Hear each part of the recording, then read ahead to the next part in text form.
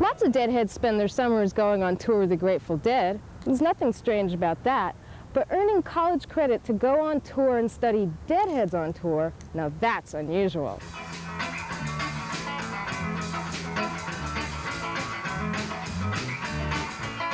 Last summer, Rebecca Adams, a sociology professor at the University of North Carolina in Greensboro, taught a course on Deadhead Subculture.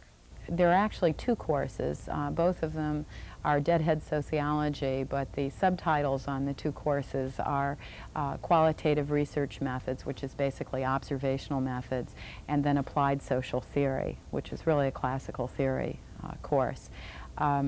They were taught simultaneously. The students had to take both of them together, and we met for 60 hours, 3 weeks, 5 days a week, 4 hours a day before we went on the road. We chartered a bus and went to 8 concerts, which meant that the bus was really our home for the duration of the tour. We were in and out of hotel rooms, and in some cases students camped as well. While we were on the road, the students were basically doing observations at each of the concerts. They were doing a few interviews.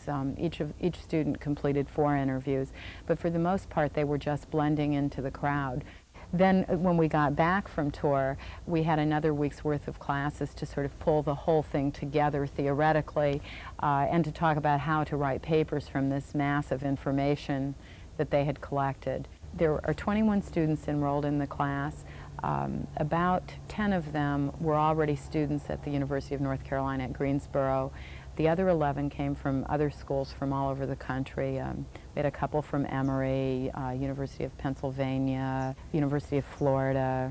I'm starting work at the end of next month on Wall Street, and I've always been fascinated by the diametrically opposed cultures of the Grateful Dead and the money, greedy Wall Street types, and as far as I can remember, I've loved both, and I don't know why. I've written papers about the Dead for folklore classes and communications classes for my 2 majors as undergraduates, and done that sort of thing. And as far as doing this summer, it's like, well, I was going to do the summer tour anyway, and this seemed like a good way to do it. All but 3 of them had been to concerts, and a few of them had been to as many as 60. About half of them claimed they were Deadheads on the application form. The first was just pure irony. Go on tour, get 6 hours credit, and help your GPA. It kind of struck me. Professor Adams had been to many Grateful Dead concerts in the past, but after an 8-year hiatus, she went to a show and was amazed by how much the Deadhead scene had changed. And it was about that time that I went to the 1986 Hampton show, which for me was the first show since 1978. And I was just astonished. So I wanted to know things like, if it's a real subculture, is it the 60s culture pulled from the past into the present? Or is it mutated in some way? Or maybe it doesn't have anything to do with 60s subculture, it just sort of looks like the 60s in Technicolor, I might add. The 60s were not so colorful. One of the reasons that I'm interested in studying Deadheads instead of other fans is, well, other fans do not form a subculture. They are not, fans generally do not change their lifestyle based upon their musical taste. Deadheads are in communication with one another outside the concert setting, and as you know, it's not a fan club in the organized sense of the word.